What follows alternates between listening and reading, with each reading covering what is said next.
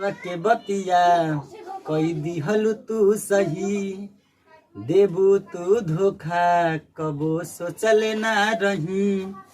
निसारे निसारे गम पम गरी सा करता हूँ कि अच्छे होंगे और मस्त होंगे, स्वस्थ होंगे। और हमारे साथ में हमारे छोटा भाई सोनू सुहाना यादव, और आप लोग के बीच में एक अच्छा सा भोजपुरी लोकगीत आप लोग को पसंद आए तो लाइक सब्सक्राइब चैनल को करें।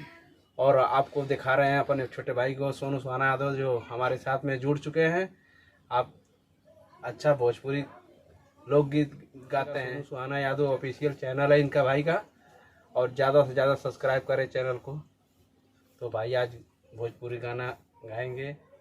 बार बार प्रणाम बाटे। हम सोनू सुहाना यादव आप सबके आभारी बानी। आप सबके बीच में कुछ सुनाव जात मानिए कि आशा ना पूरा विश्वास बा कि आप सबके ज़्यादा से ज़्यादा शेयर करें।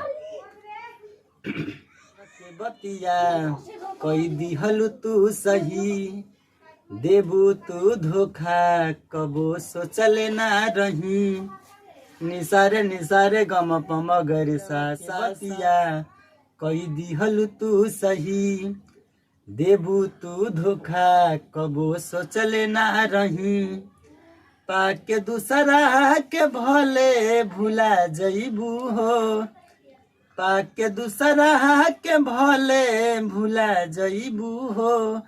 आँख से आँख अब ना मिला, आँख से आँख अब ना मिला पैबू हो। दिलवा के बतिया कई दिहलु तू सही, देबू तू धोखा कबो सोचले ना रही। पाके दूसरा के भले भुला जईबू हो। आँख से आँख अब ना मिला पैबू हो, आँख से आँख अब ना मिला पैबू हो। हर बात पर हमरा से तू तो करत रहलू वादा, सच बोललू कम हमसे झूठ बोललू ज्यादा।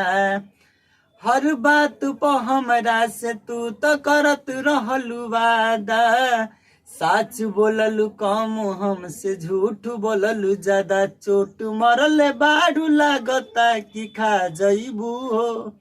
आँख से आँख अब ना मिला पैबू हो, आँख से आँख अब ना मिला पैबू हो।